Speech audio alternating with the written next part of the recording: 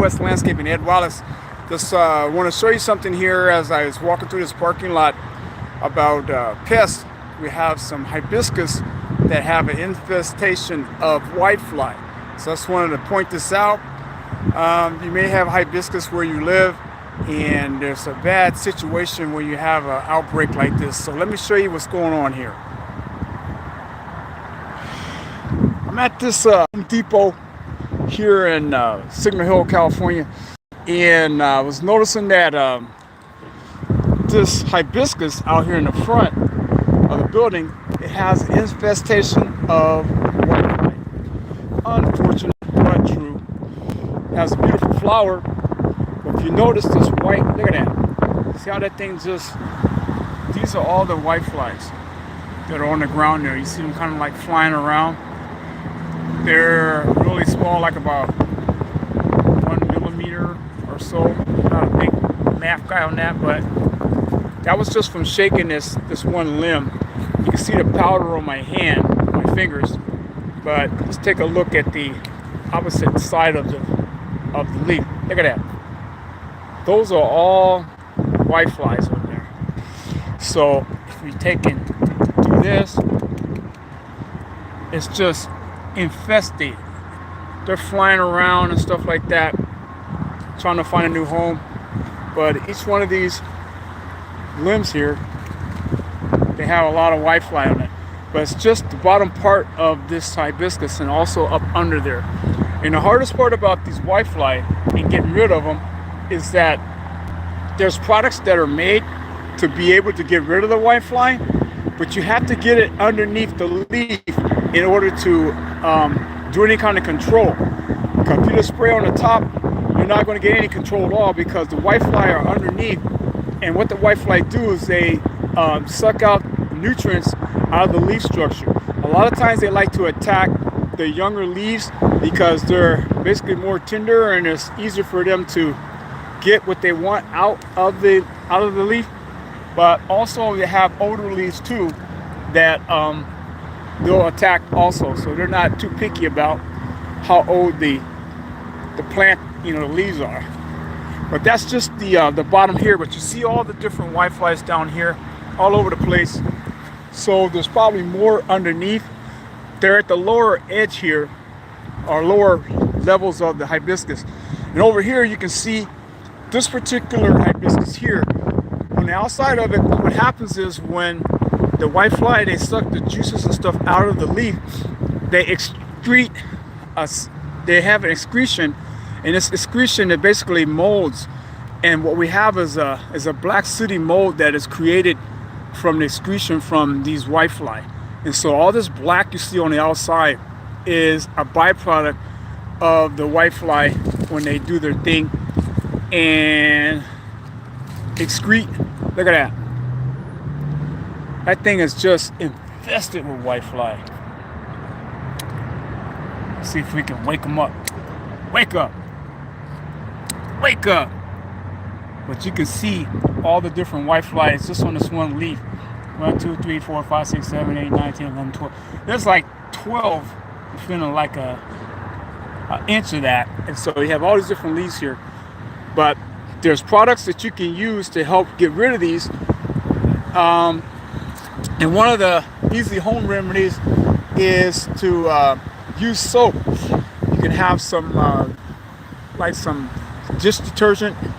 You dilute it down, put it in like a hose-in sprayer, or it's definitely a hose-in sprayer if you're dealing with shrubs like this, a larger area. If you're dealing with a small, like one single plant or something like that, you can use like a little hand sprayer and be able to take care of it that way. But if you have situations where you have hedges like this, like what they have out here, it's going to be better to have like a hose-in sprayer or something, so you can be able to spray these down and clean them off. Also, from the standpoint of a product that you can get at a place like this big box here at a Home Depot or Lowe's or a garden center, it's a product called Safer Insecticide Soap. What it does, it helps to clean the leaves off, and it's actually a salt. So once the product hits the target, which is the whitefly, what happens is their body basically melts. It dissipates because of the salts that are inside of the product, and you don't have to worry about residual because it's not a petroleum product, so you're not going to have any type of residual effects on the leaves or the plants, so it's very biologically safe. Man, it's all kind of whitefly on that. Look at that.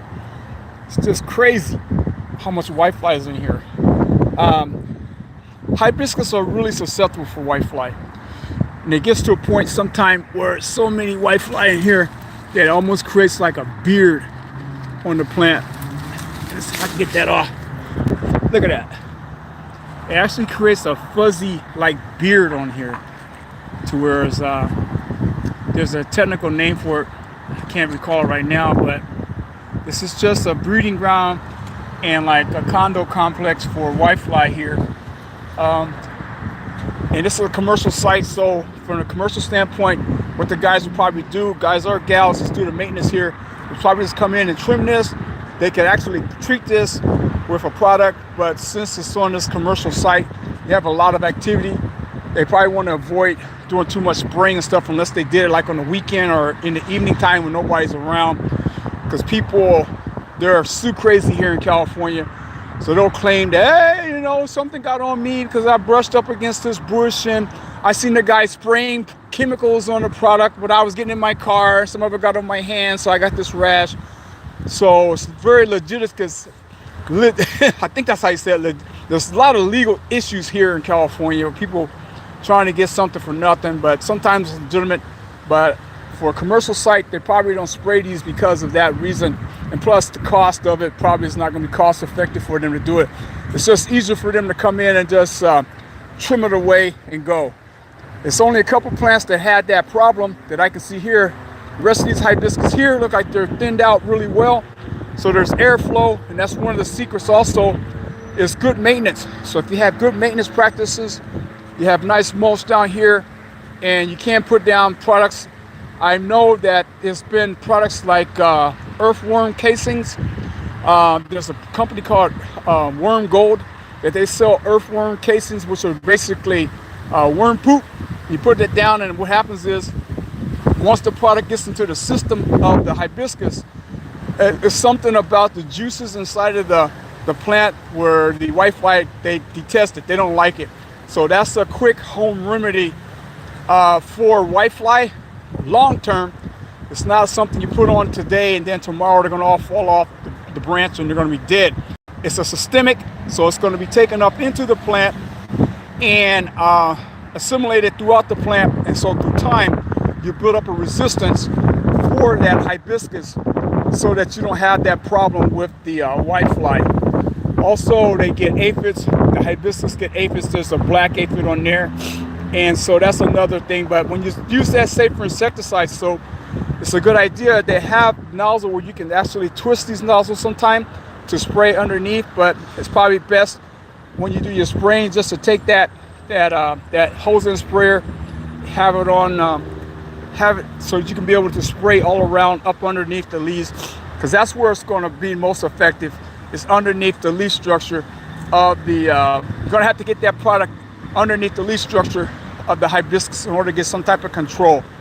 One way you can monitor also a whitefly is to have these little sticky traps. They're yellow that you can hang around your hibiscus to kind of get an idea of the count of how many whiteflies are in the area. That's kind of like scientific, technical stuff, but if you're into that, you can go ahead and get some of those sticky tabs. You can probably order them online through Amazon. You can probably find some also at the garden center. Just ask and you might be able to find them.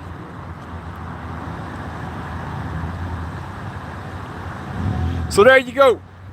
Talking about a whitefly, some control methods, how they come up, the problems with them, how to do something systemically over a longer period of time to be able to control them. Something you can do automatically right away from the standpoint of spraying something that's not going to be chemically adverse to you, your pets, or your family.